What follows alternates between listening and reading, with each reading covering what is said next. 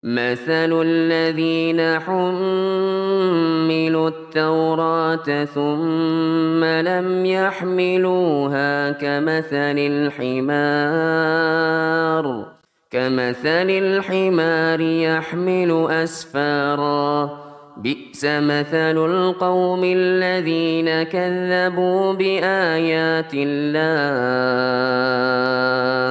والله لا يهدي القوم الظالمين. Alhamdulillah, kita telah menyelesaikan pembahasan tentang fikih praktis tentang sholat dari awal hingga salam. Kemudian ini merupakan majelis pelengkap tentang pembahasan tentang fikih sholat yang berkaitan dengan zikir-zikir setelah sholat, di mana Syekh bin Baz rahimahullah taala mengatakan, setelah membahas tentang salam pada pertemuan yang lalu, kita membahas tentang salam. Kemudian tsumma yaqul, apa yang diucapkan setelah seorang itu dia selesai dari salamnya. Wa yastaghfirullah thalathan. Kemudian yang dilakukan setelah salam, posisi selesai salam adalah beristighfar kepada Allah taala 3 kali. Ini yang pertama. Kemudian tsumma yaqul, kemudian mengucapkan Allahumma ankas salam wa minkas salam tabaraka ya dzal jalali wal ikram. Qabla an yansarifa ila nasi in kana imaman, sebelum dia berpaling menghadap kepada jamaah di belakang apabila dia adalah seorang imam. Ada beberapa permasalahan yang ingin kita bahas di sini sedikit terkait dengan apa yang disebutkan. Ketika seorang itu selesai dari salam, maka apa yang harus diucapkan pertama kali atau apa yang harus dilakukannya ketika selesai mengakhiri sholatnya dengan salam? Maka disebutkan di sini adalah beristighfar kepada Allah taala 3 kali. Dan untuk perlu diketahui bahwa lafaz istighfar sendiri secara teks hadis tidak disebutkan oleh Rasulullah SAW bagaimana lafaznya, sehingga kalau seorang itu dia beristighfar maka dia telah mendapatkan sunnah. Sehingga tidak ada lafaz-lafaz tertentu ketika selesai dari salam kemudian dia beristighfar. Sehingga apakah seorang itu mengucapkan astagfirullah saja, atau astagfirullahal azim, atau astagfirullah wa atubu ilaih, atau yang lainnya, selama itu dinamakan istighfar, maka ini sudah termasuk ke dalam amalan sunnah Rasulullah SAW. Baik, di dalam hadis yang dikeluarkan oleh Al-Imam Muslim membawakan sebuah hadis dari sahabat yang mulia Thauban. Dikatakan karena Rasulullah SAW idzan sharafa min sholatihi istaghfara thalathan. Rasulullah SAW itu apabila telah mengakhiri sholatnya dengan mengucapkan salam, maka istaghfara thalathan. Rasulullah SAW beristighfar meminta ampun kepada Allah sebanyak 3 kali. Tidak disebutkan bagaimana redaksi istighfarnya, sehingga siapapun dari kita mengucapkan astagfirullah boleh, astagfirullahal azim boleh, astagfirullah wa atubu ilaih boleh, selagi itu dinamakan dengan istighfar. Wa qala Allahumma antas salam wa minkas salam tabaraka ya dzal jalali wal ikram. Di dalam riwayat yang lain tabaraka dzal jalali wal ikram tanpa ya di sana. Kemudian para perawi atau salah seorang perawi dari hadis ini bertanya kepada Al-Imam Al-Auza'i, seorang tabi'ut tabi'in. Al-Walid bertanya kepada Al-Imam Al-Auza'i ketika berbicara tentang hadis ini, kaifal istighfar? Bagaimana lafaz istighfarnya? Kemudian Al-Imam Al-Auza'i mengatakan, taqul astagfirullah. Kemudian ditafsirkan oleh seorang tabi'ut tabi'in, Al-Imam Al-Auza'i, bahwa istighfarnya bagaimana lafaznya? Bunyinya astagfirullah. Sehingga kalimat astagfirullah saja ini merupakan tafsiran dari seorang tabi'ut tabi'in yang bernama Al-Imam Al-Auza'i. Dari Rasulullah SAW sendiri tidak disebutkan secara teks nasnya bagaimana bentuk istighfarnya, sehingga dari sini pelajaran pentingnya terkadang kita menganggap bahwa yang namanya istighfar hanya astagfirullah saja, sehingga ketika melihat orang lain yang selesai dari sholatnya kemudian mengucapkan astagfirullahaladzim, kemudian muncul dalam diri kita rasa bahwa hal yang semacam ini salah. Padahal kita yang tidak tahu bahwa astagfirullah sendiri itu bukan teks dari Rasulullah SAW. Dan ini perlu dipahami bahwa astagfirullah merupakan tafsiran dari seorang tabi'ut tabi'in yang mulia, itu Al-Imam Al-Auza'i. Sehingga seorang tabi'ut tabi'in ini Al-Imam Al-Auza'i mengatakan ketika ditanya bagaimana istighfarnya, bunyinya astagfirullah. Oleh karenanya kalau kita melihat kepada para Ulama mazhab sendiri mereka berbeda-beda. Istighfar mana yang utama? Istighfar mana yang paling afdal? Di antara mereka ada yang mengucapkan astagfirullahaladzim, di antara mereka adalah dia menambahkannya dengan yang lain dan seterusnya. Karena memang tidak baku bagaimana bentuk istighfarnya dari Rasul. Adapun ucapan astagfirullah, astagfirullahaladzim, astagfirullah wa atubu ilaih, maka ini merupakan di antara penafsiran dan pemaparan dari para ulama. Sehingga jangan difahami bahwa istighfar itu selain dari astagfirullah salah. Begitu, tidak. Baik, itu istighfarnya dan perlu untuk dipahami tadi. Ini yang pertama, istighfar sebanyak 3 kali. Bagaimana istighfarnya? Boleh dengan astagfirullahnya saja. Boleh dengan ucapan astagfirullahaladzim, ini tidak salah. Boleh juga astagfirullah wa atubu ilaih sebanyak 3 kali. Selesai salam, assalamualaikum. Atau wassalamualaikum warahmatullah, wassalamualaikum warahmatullah, astagfirullahaladzim, astagfirullahaladzim, astagfirullahaladzim, boleh. Atau misalkan astagfirullah, astagfirullah, astagfirullah, boleh mengikuti penafsir Al-Imam Al-Auza'i. Atau misalkan astagfirullah wa atubu ilaih, astagfirullah wa atubu ilaih, astagfirullah wa atubu ilaih, boleh. Dan ini ucapan astagfirullah wa atubu ilaih dikuatkan oleh dalam mazhab Hanabilah bahwa istighfar ini yang paling utama, yang lengkapnya, yang sempurnanya. Baik, ini perihal tentang istighfar yang harus dipahami. Bahwa redaksi istighfar tidak didapatkan sebuah riwayat pun dari Rasulullah bagaimana bentuk istighfarnya ketika selesai sholat. Karena di dalam redaksi Imam Muslim hanya dikatakan istighfar thalathan. Rasulullah beristighfar. Bagaimana lafaznya tidak disebutkan. Adapun ucapan astagfirullah itu merupakan penafsiran dari seorang tabi'in yang mulia, Imam Al-Auza'i. Baik, ini istighfar. Kemudian setelah itu, setelah selesai istighfar dengan beraneka ragam bentuknya, silahkan 3 kali. Kemudian mengucapkan Allahumma antas salam wa minkas salam tabaraka ya dzal jalali wal ikram sebanyak 1 kali. Sebanyak 1 kali. Kemudian disebutkan oleh Syekh bin Baz rahimahullah taala, qabla an yansarifa ila nasi in kana imaman. Sebelum seorang itu berpaling menghadap kepada jamaah apabila dia adalah seorang imam.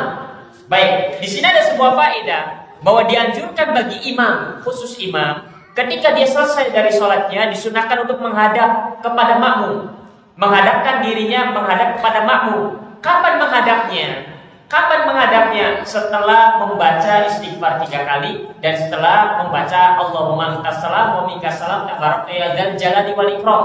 Kemudian baru menghadap kepada makmum. Setelah membaca itu kemudian baru menghadap kepada makmum.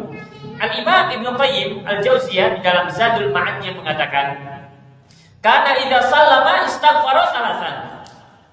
Rasulullah itu ketika selesai salat, menutup salatnya dengan salam, istaghfara thalathan. Rasulullah beristighfar sebanyak 3 kali. Wa qala, kemudian mengucapkan Allahumma antas salam wa minkas salam tabaraka ya dzal jalali wal ikram. Wa lam yamkuth mustaqbilal qiblah illa miqdara ma yaqulu dzalika bal yusri'u lintiqala ila al-ma'mumin wa kana yantafil an yaminihi wa an yasarihi. Kemudian setelah mengucapkan hal tersebut ya dzal jalali wal ikram, maka disebutkan oleh Imam Ibnu Qayyim, beliau sallallahu alaihi wasallam tidak berdiam diri lama menghadap kiblat. Ketika selesai mengucapkan tadi ya dzal jalali wal ikram dengan kadar semacam itu, istighfar 3 kali dan ucapan Allahumma antas salam sampai ya dzal jalali wal ikram, Rasulullah sallallahu alaihi wasallam kemudian berpaling menghadap makmum, berbalik arah menghadap makmum. Bal yusri'u lintiqal ilal makmumin. Bahkan Rasulullah SAW itu bersegera menghadap makmum. Bagaimana cara menghadapnya, memutarnya? Dikatakan wa kana yantafidu an yaminihi wa an yasari. Terkadang Rasulullah berputar menghadap lewat sisi kanannya, kadang muternya ke kanan, atau terkadang muter ke kiri. Jadi cara muternya bagaimana? Cara muternya saja pun disebutkan oleh para ulama.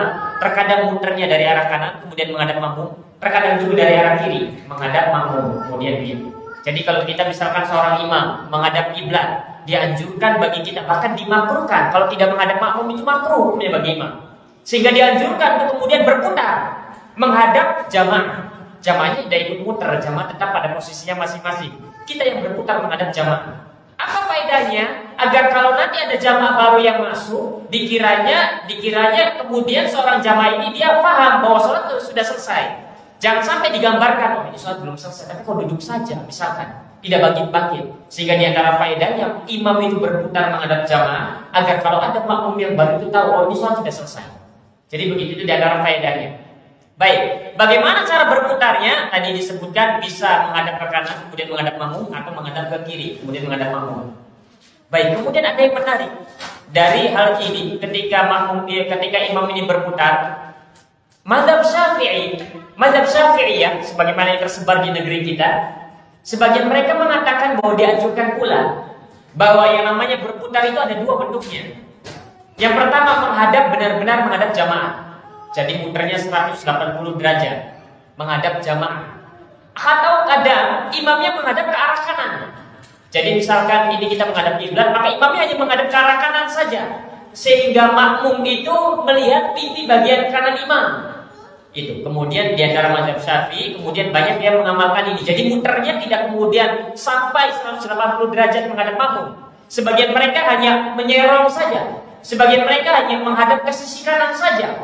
Sehingga tubuhnya pandangannya melihat ke arah utara, ke arah sebelah kanannya. Rasulullah SAW di dalam hadis-hadis dikeluarkan oleh Imam Al-Bukhari dari Samurah bin Jundub atau Jundab, karena Nabi SAW idza shalla salatan aqbala alaina biwajhi. Rasulullah SAW itu apabila selesai mengerjakan sholat, aqbala alaina biwajhi, maka Rasul menghadap kepada kami dengan wajahnya. Artinya Rasulullah benar-benar menghadap jamaah, benar-benar berhadap-hadapan seperti ini. Di dalam riwayat yang lain dikeluarkan oleh Imam Muslim, kalau tadi Imam Bukhari menunjukkan bahwa Rasulullah berputar 180 derajat, benar-benar menghadap jamaah. Di dalam riwayat Muslim disebutkan oleh sahabat yang mulia bahwasanya kunna idza shallaina khalfa Rasulillah sallallahu alaihi wasallam ahbabna an nakuna an yaminihi yuqbilu alaina biwajhihi. Di antara sahabat Rasulullah SAW menyebutkan, kami dahulu apabila salat bersama Rasulullah SAW, ahbabna an nakuna an yaminihi, kami suka kalau kami ini berada di sisi kanan Rasulullah SAW. Kami suka kalau kami berada di sisi kanan Rasulullah SAW. Yuqbilu alaina biwajhi, beliau menghadap ke arah kami dengan wajah beliau. Bayangkan, kami suka kalau kami ada di arah sebelah kanan. Bayangkan, kalau Rasulullah SAW menghadap kiblat, tidak mungkin sahabat selesai kemudian langsung bergeser ke arah kanannya Rasul, tidak mungkin. Dari sini menunjukkan bahwa Rasulullah SAW berputarnya tidak 180 derajat, tapi menghadapnya ke arah sisi kanan. Kenapa? Karena sahabat ini, diantaranya Anas bin Malik, itu berada di posisi sebelah kanannya Rasulullah SAW. Di sebelah kanannya Rasulullah SAW. Ahbabna an nakuna an yaminihi, kami suka kalau kami berada di sebelah kanan beliau sallallahu alaihi wasallam. Jamaah di belakang, tapi digambarkan kami ada di sebelah kanannya Rasul. Berarti kira-kira Rasul menghadapnya kemana? Kan begitu. Jawabannya Rasul menghadap ke sana, sehingga jamaah yang ada di belakang berada di sebelah kanannya Rasul. Yuqbilu alaina biwajhihi, beliau menghadap ke arah kami dengan wajah beliau. Sehingga ini diantara dalil yang dibawakan oleh mazhab Syafi'iyah, bahwa di antara bentuk memutar juga menghadap juga adalah bahwa kadang 180 derajat, kadang juga hanya mengarah ke sisi sebelah kanan. Sekalipun para ulama memiliki penafsiran lain terkait dengan hadis yang mulia ini. Sehingga dari sini kesimpulan yang pertama, bagi seorang imam dianjurkan untuk berputar. Baik dia berputar 180 derajat menghadap kepada jamaah, ataukah dia hanya menghadap ke sisi kanan saja, untuk menunjukkan kalau sholatnya sudah selesai. Kapan berputarnya? Setelah mengucapkan istighfar 3 kali, kemudian mengucapkan Allahumma antas salam wa minkas salam tabaraka ya dzal jalali wal ikram, baru berputar. Bukan selesai salam langsung berputar, tidak. Namun ada jeda di sana. Baik, ini cara berputarnya. Kemudian di sana ada di tengah-tengah kaum muslimin yang mereka beranggapan bahwa selesai sholat dari salam itu yang dianjurkan, yang disunahkan bukan istighfar, tapi yang dianjurkan adalah ucapan hamdalah, alhamdulillah. Sehingga hal ini pun dibahas oleh para ulama. Para ulama mengatakan bahwasanya tidak ada satupun riwayat yang menyebutkan bahwa ketika Rasulullah SAW selesai sholat, kemudian Rasulullah SAW mengucapkan alhamdulillah. Tidak ada. Kalau zikir alhamdulillah ada. Namun persis setelah selesai salam mengucapkan alhamdulillah, maka tidak ada satupun riwayat yang menunjukkan akan hal tersebut. Sehingga yang dianjurkan adalah ketika selesai salam adalah beristighfar 3 kali dengan beraneka ragam bentuk istighfarnya, bukan mengucapkan alhamdulillah. Kemudian yang kedua berikutnya juga, di antara kaum muslimin tersebar bahwa dianjurkan setelah selesai salam itu bertakbir, mengucapkan Allahu Akbar, kemudian baru beristighfar, kemudian baru berzikir dengan zikir yang lain. Nah, kalau ini ada sebuah riwayat dikeluarkan oleh Imamul Bukhari atau istilahnya bahwasanya sahabat yang mulia Abdullah bin Abbas radhiyallahu taala anhu mengatakan, "Kunna na'rifu inqidha'a salati Rasulillah sallallahu alaihi wasallam bitakbir." Kami tahu selesainya salat Rasulullah sallallahu alaihi wasallam itu dengan takbir. Sebagian kaum muslimin kemudian memahami redaksi ini menunjukkan bahwa selesai sholat itu yang dianjurkan, disunahkan pertama kali adalah bertakbir, bukan beristighfar. Kenapa? Karena sahabat yang mulia Abdullah bin Abbas mengatakan, kami tahu selesainya sholat Rasulullah dengan ucapan takbir. Kemudian para ulama menyebutkan bahwa yang namanya takbir di sini maknanya bukan selesai salam mengucapkan takbir, bukan. Pertama, di riwayat Al-Imam Al-Bukhari ini disebutkan bitakbir, dengan takbir. Di dalam riwayat yang lain disebutkan bukan bitakbir tapi bizikri, dengan zikir.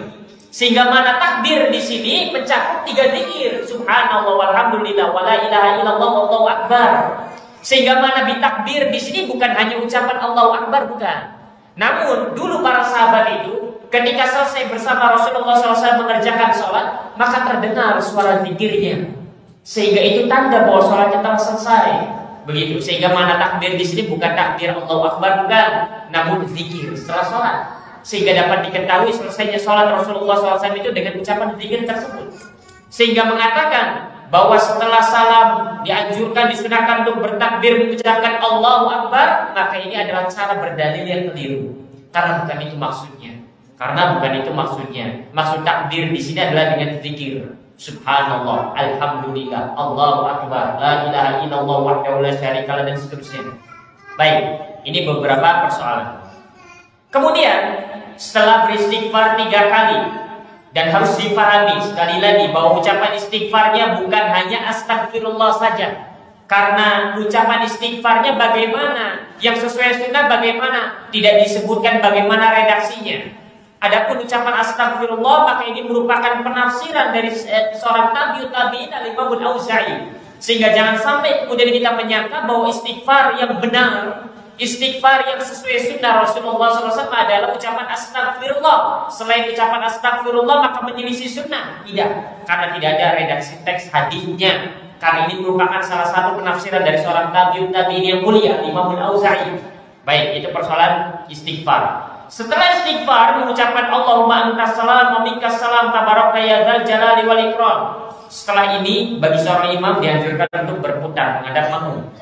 Kemudian setelah mengucapkan Allahumma antas salam, maka diantara yang dianjurkan pula adalah mengucapkan la ilaha illallah wahdahu la syarikalah, lahul mulku wa lahul hamdu wa huwa ala kulli syai'in qadir.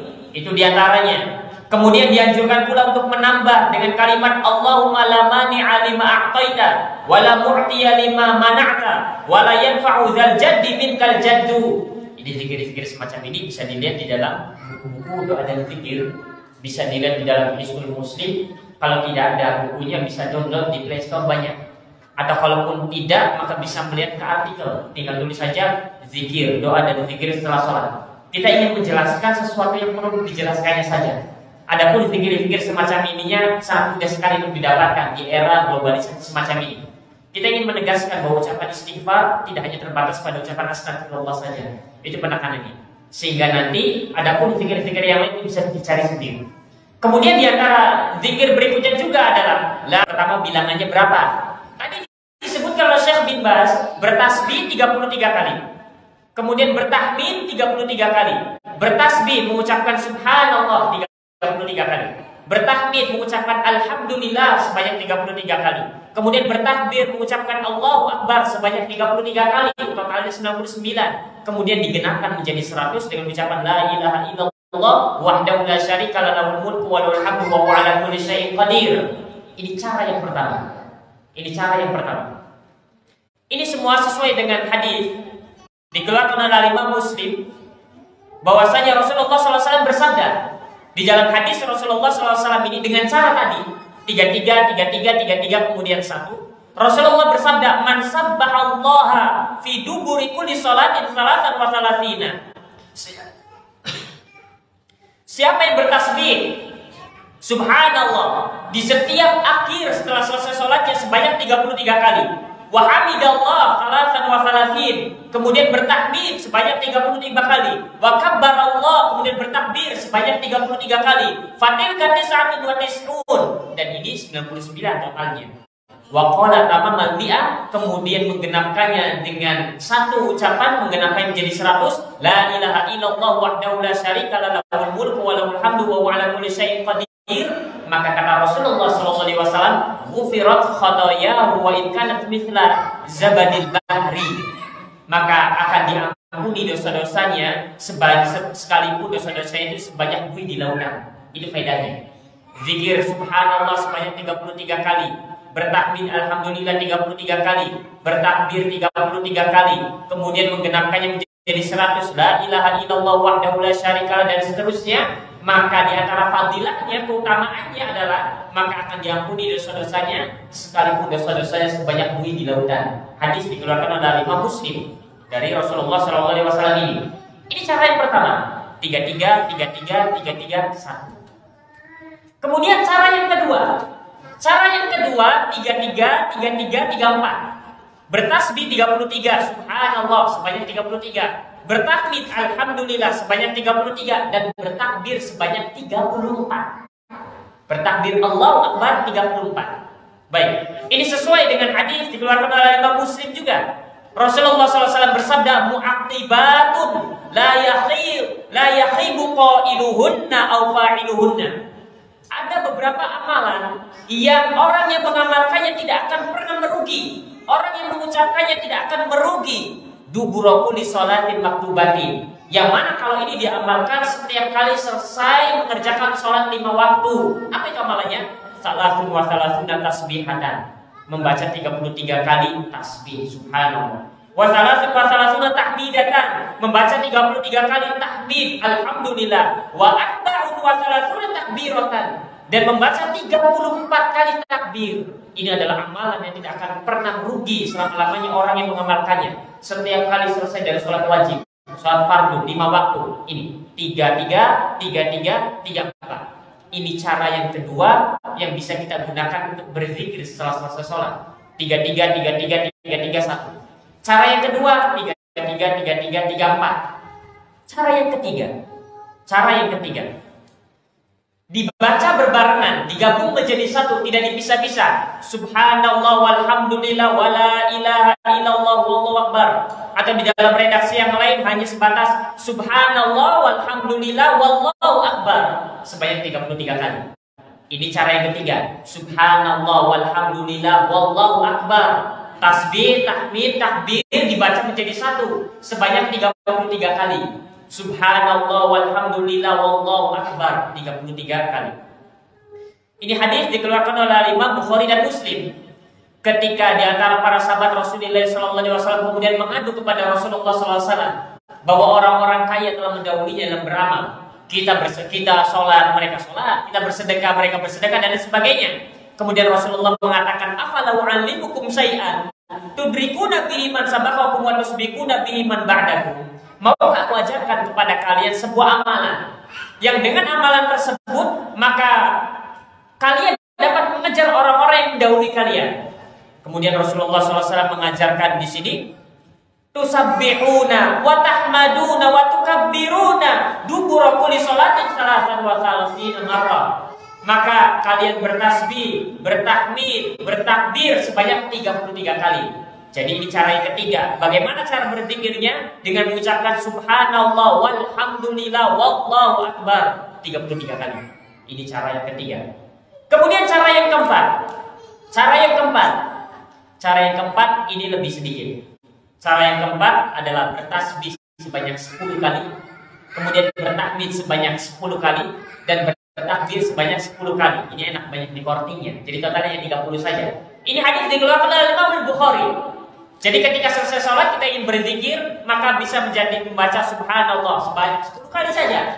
Kemudian alhamdulillah sebanyak 10 kali saja. Kemudian Allahu Akbar 10 kali saja. Dan ini bisa kita gunakan kalau kita dalam keadaan genting, dalam keadaan darurat, dalam keadaan mepet misalnya.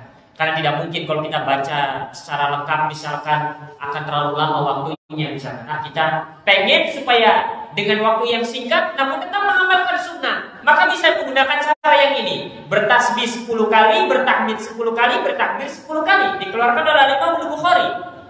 Rasulullah SAW bersabda, "Afala ukhbirukum bi amrin tudrikuna man kana qablakum wa tasbiquna man ja'a ba'dakum." Kemudian Rasulullah SAW mengajarkan kepada para sahabatnya, maukah aku ajarkan kepada kalian, kabarkan kepada kalian sebuah amalan yang dengan amalan tersebut kalian dapat melampaui, dapat mendahului orang-orang sebelum kalian. Kemudian disebutkanlah hal ini, yaitu disebutkan tusabbihuna fi duburi kulli sholatin asron wa tahmaduna asron wa tukabbiruna asron. Bertasbihlah 10 kali, bertahmid 10 kali, dan bertakbir 10 kali. Ini cara berikutnya sebanyak 10 kali. Ini cara yang kesekian, yang ketiga. Kemudian cara yang keempat berarti. Kemudian cara yang kelima. Cara yang kelima. Karena tadi yang pertama 33, 33, 33, 1. Cara yang kedua 33, 33, 34. Cara yang ketiga digabung semua, tasbih, takbir, takbir sebanyak 33. Cara yang keempat 10, 10, 10. Cara yang kelima 11, 11, 11. Jadi tasbih 11, takbir 11, dan takbir 11. Ini dikeluarkan oleh Imam Muslim. Jadi bisa dipilih yang pengen 10, 10, 10 totalnya 30, atau 11, 11, 11 totalnya 33. Ini cara yang kelima. Cara yang keenam. Cara yang keenam dengan digabungkan semua, subhanallah walhamdulillah wala ilaha illallah wallahu akbar. Ini baru 4 lengkap. Kalau tadi subhanallah walhamdulillah wallahu akbar yang digabungkan semua. Kalau ini cara yang terakhir, cara yang keenam lengkap. Subhanallah walhamdulillah wala ilaha illallah wallahu akbar. Satu paket sebanyak 25 kali. Sebanyak 25 kali sehingga totalnya 100. Jadi ada dua, ada yang digabung-gabungkan, ada yang dipisah satu persatu. Baik, ini cara yang keenam. Ini dikeluarkan oleh Imam An-Nasa'i. Ini adalah cara berzikir. Cara berzikir ketika selesai dari sholat. Tinggal nanti kita pilih sesuai dengan kebutuhan kita dan kiranya waktu yang memungkinkan bagi kita untuk mengamalkannya. Itu bilangannya. Bagaimana cara menghitungnya? Cara menghitungnya dianjurkan untuk menghitungnya dengan tangan. Karena Rasulullah SAW menghitungnya dengan tangan.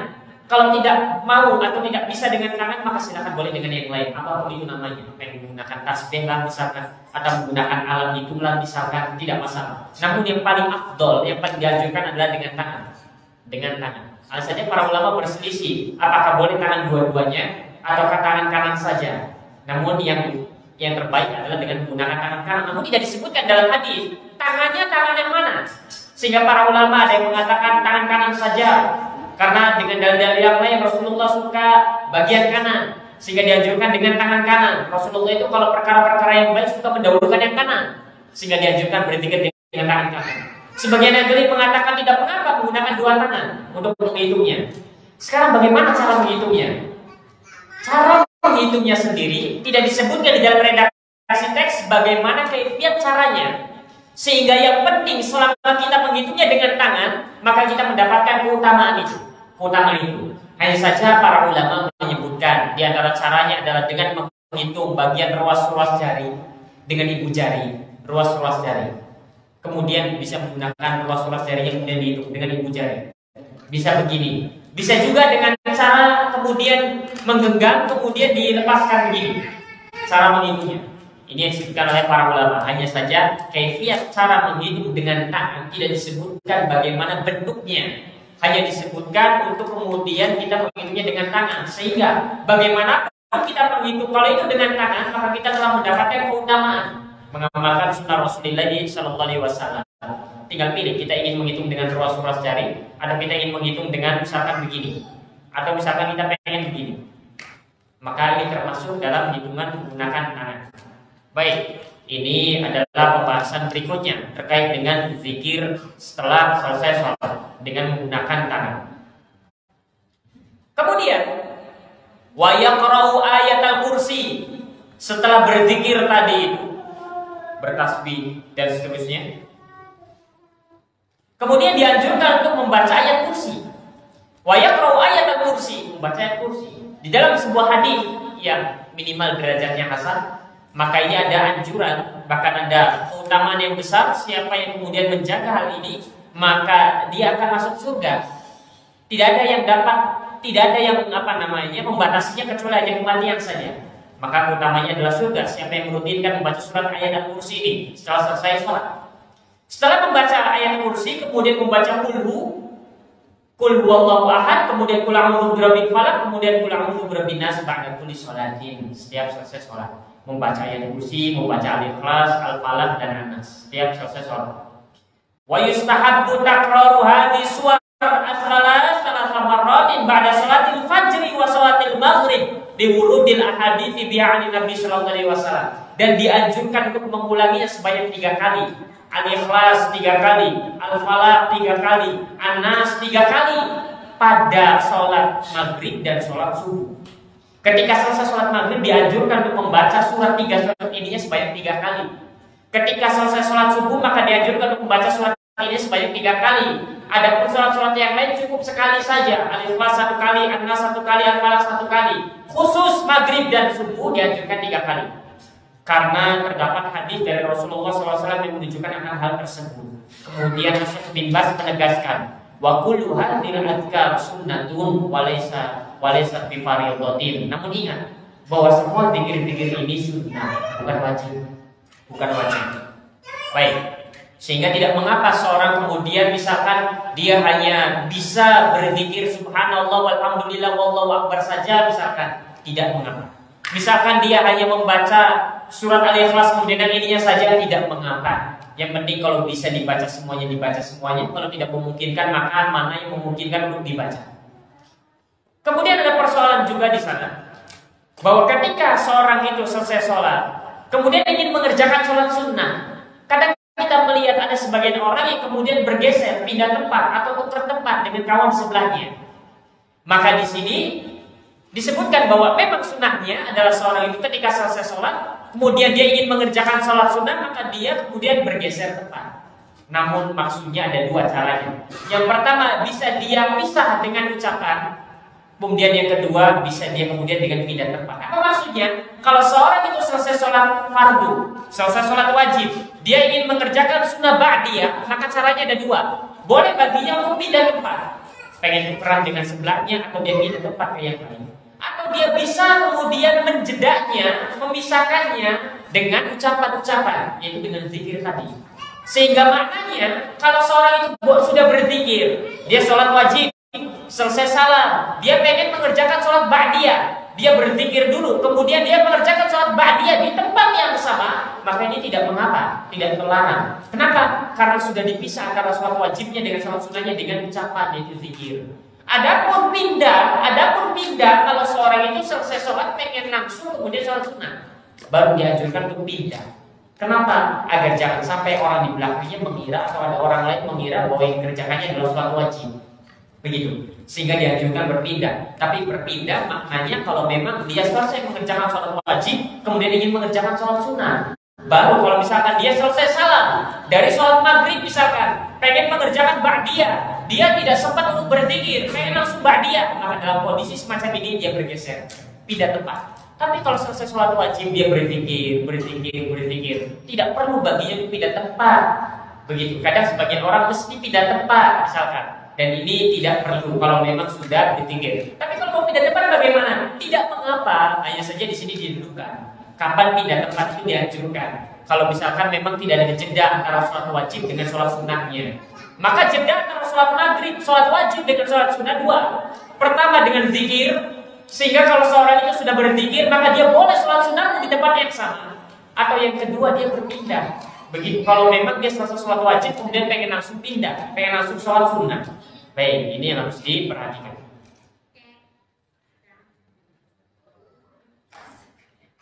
Kemudian setelah itu Syekh bin Baz menyebutkan wa yushra'u likulli muslimin wa muslimatin an yusalliya qabla salatil dhuhri 4 rakaat wa ba'daha rakaatain. Dan dianjurkan pula bagi setiap muslim dan muslimah untuk mengerjakan salat sebelum zuhur sebanyak 4 rakaat. Kemudian Syekh menyebutkan tentang sunnah qabliyah dan ba'diyah. Sebelum zuhur 4 rakaat, wa ba'daha rakaatain, dan setelahnya sebanyak 2 rakaat. Wa ba'da salatil maghrib rakaatain, dan juga setelah salat maghrib sebanyak 2 rakaat. Wa ba'da salatil isya rakaatain, dan setelah selesai salat isya sebanyak 2 rakaat. Wa qabla salatil fajri rakaatain, dan sebelum salat subuh sebanyak 2 rakaat. Al jami'u 12 rakaat. Totalnya 12 rakaat. Ini merupakan sunnah qobliyah dan ba'diyah yang mengiringi sholat. Totalnya ada 12 rakaat. Wa hadhihi rakaat tusama ar-rawatib. Rakaat-rakaat ini disebutnya sholat rawatib. Sholat ba'diyah, qobliyah. Sholat qobliyah, ba'diyah yang disebut sunnah rawatib. Li'anna Nabi sallallahu alaihi wasallam kana yuhafidhu 'alaiha fil hadar. Amma fis safar fakana yatrukuha illa sunnatal fajri wal witri. Kenapa? Karena Rasulullah SAW senantiasa menjaganya. Sehingga ada sholat rawatib yang kalau bisa kita terus-menerus menjaganya, yaitu 4 rakaat sebelum zuhur, 2 rakaat setelah zuhur, kemudian 2 rakaat setelah maghrib, 2 rakaat setelah isya, dan 2 rakaat sebelum subuh. Ini disebut dengan sunnah rawatib atau qobliyah dan ba'diyah. Totalnya 12 rakaat. Di sana juga ada pilihan yang lain. Rawatib juga diantaranya 12 rakaat dengan cara perhitungan sebelum zuhurnya 2. Dengan perhitungan sebelum zuhurnya 2. Inilah disebut dengan sunnah rawatib. Adapun selain itu, kalau apakah selain itu berarti tidak ada sholat, maka jawabannya ada. Hanya saja tidak termasuk ke dalam sunnah rawatib. Sunnah rawatib. Kalau misalkan saya pengen sunnah sebelum maghrib, apakah boleh? Boleh. Namun disebutnya bukan qobliyah maghrib.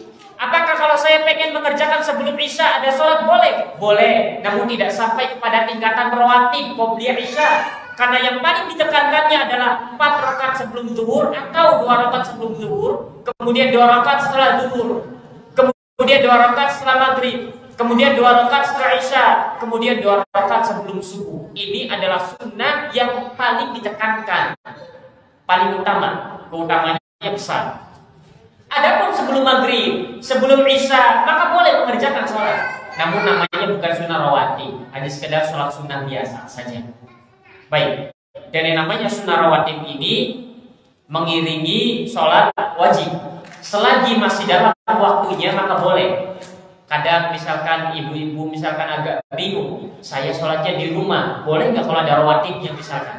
Atau misalkan kita sholat zuhurnya misalkan karena ketiduran jam 2, boleh tidak ada rawatibnya? Boleh. Selama itu masih waktu zuhur maka rawatib masih berlaku. Sebelum zuhur 2 rakaat atau 4 rakaat, setelah zuhur 2 rakaat, boleh. Selama memang masih waktu sholat zuhur. Jadi bisa dikerjakan di mana saja, tidak khusus hanya di masjid saja. Misalkan aduh sudah pulang misalkan, masih bisa tidak ya rawatib ba'diyah zuhur misalkan? Bisa selama masih waktu zuhur. Misalkan kita mengerjakan sholat di sini, kemudian jam 1 teringat, ya tadi saya belum sholat sunnah ba'diyah misalkan. Sudah di rumah lagi, bisa tidak kalau ba'diyah? Bisa, selama kita masih berada di waktu zuhur. Baik, ini yang disebut dengan sunnah rawatib. Jadi rawatib, qobliyah dan ba'diyah ada 2. Ada yang 14, ada yang 12 rakaat, ada yang 10 rakaat. 12 rakaat dengan perhitungan sebelum zuhurnya 4 rakaat. Bagaimana cara sholatnya? 2-2. Cara sholatnya 2-2, karena hukum asalnya 2-2. Kalau sebelum asar pengen sholat 2 rakaat boleh tidak? Boleh, tapi itu namanya bukan qobliyah. Bukan qobliyah, yang ini merupakan rawatib. Apa namanya? Ya sholat biasa, sholat sunnah biasa. Kalau misalkan pengen mengerjakan 2 sebelum sholat maghrib bagaimana? Boleh, namun ini bukan sampai tingkatan rawatib. Dan ini sholat sunnah rawatib ini adalah sholat sunnah yang senantiasa dijaga oleh Rasulullah SAW. Kemudian kalau bisa juga sholat witir dijaga. Sholat witir dijaga, jangan pernah ditinggal. Rasulullah SAW itu selama hidupnya tidak pernah meninggalkan qobliyah subuh dan juga witir. Qobliyah subuh dan juga witir, makanya harus dijaga. Harus dijaga. Dan harus dibiasakan. Harus dibiasakan. Minimal hanya 1 rakaat saja misalkan witir. Kemudian dikatakan, wal afdalu an tusalliya hadhihi rawatib wal witr fil bait. Yang paling utama adalah mengerjakan sunnah-sunnah rawatib dan sholat witir ini di rumah. Jadi sebelum berangkat ke masjid kita sholat qobliyah dulu di rumah. Atau nanti pas ba'diyahnya mengerjakannya di rumah. Kalau memang memungkinkan, karena ini paling utama. Begitu juga dengan sholat-sholat sunnah yang lain. Kalau kita memang tahu perhitungannya, kalau masjid ini biasanya iqamahnya sekian menit, sehingga ada kemungkinan kita bisa mengerjakan qobliyah di rumah, maka jaga itu di rumah. Fa in shallaha fil masjid fal ba'sa. Tapi kalau mereka sholatnya di masjid bagaimana? Tidak mengapa, boleh. Namun yang lebih utama di rumah. Liqauli Nabi sallallahu alaihi wasallam, "Afdalu sholatil mar'i fi baitihi ila maktubah." Berdasarkan sabda Rasulullah sallallahu alaihi wasallam bahwasanya sholat seorang hamba yang paling utama adalah di rumahnya, kecuali yang wajib. Kalau sholat sunnah yang paling utama adalah di rumah. Jadi sebelum subuh qobliyah dulu di rumah. Kalau memang perhitungan kita yang bisa memperhitungkan ini iqamahnya kira-kira sebelum zuhur, misalkan kita memang memiliki kesenggangan tidak kemana-mana, sholat dulu qobliyah di rumah, kemudian baru berangkat ke masjid. Kecuali kalau kitanya ada di lapangan, ada di luar, maka bisa mengerjakan di masjid kalau memang memungkinkan. Wal muhafadzatu ala hadhihi raka'at min asbabi dukhulil jannah, kata Rasulullah SAW.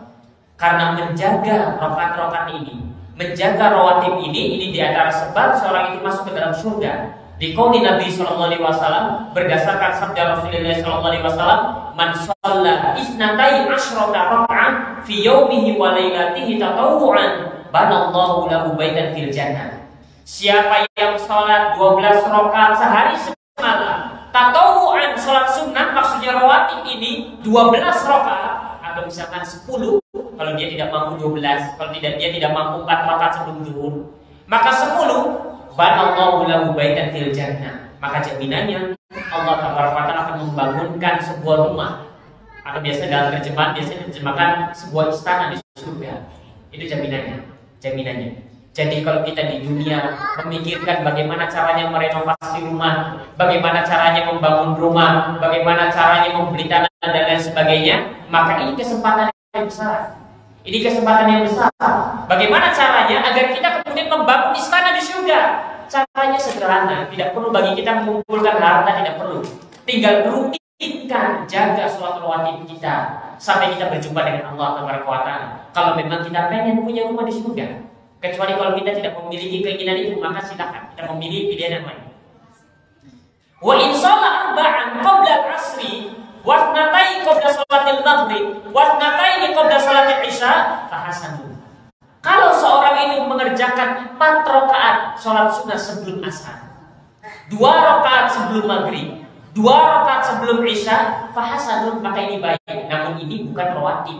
Ingat sekali lagi, sholat sunnah ini boleh. Karena apalagi di sana ada hadis keutamaan 4 rakaat sebelum asar, dikerjakan dengan dua-dua. Keutamaan sholat sebelum asar 4 rakaat, tapi ini bukan sholat qobliyah, ini bukan rawatib. Namun dia memiliki keutamaan yang lain.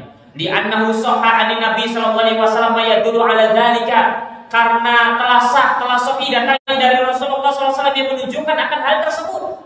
Jadi demikian keadaannya. Sebelum asar boleh mengerjakan sholat, pengen 2 rakaat atau 4 rakaat. Sebelum maghrib boleh mengerjakan 2 rakaat. Sebelum isya boleh mengerjakan 2 rakaat sholat sunnah. Namun ingat, ini namanya bukan sunnah rawatib. Ini namanya bukan sunnah qobliyah. Karena yang rawatib hanya 12 atau 10 saja. Hanya 12 atau 10 saja. Kalau setelah asar pengen mengerjakan sholat sunnah bagaimana? Kalau hanya sholat sunnah biasa, maka ini tidak diperkenankan. Karena waktu setelah asar adalah waktu yang terlarang untuk mengerjakan sholat. Kecuali kalau mengerjakan sholat karena ada sebab, kayak di masjid misalkan, sholat jenazah misalkan, baru boleh. Tapi kalau misalkan saya pengen saja misalkan 2 rakaat misalkan, maka ini tidak diperkenankan. Kalau setelah selesai sholat subuh pengen mengerjakan sholat 2 rakaat bagaimana? Maka ini pun tidak diperkenankan. Kalau misalkan hanya sekedar pengen saja, pertama tidak dibaca subuh, dan juga memang waktu tersebut adalah waktu yang terlarang untuk mengerjakan sholat. Waktu yang terlarang untuk mengerjakan sholat, kecuali kalau ada sebabnya.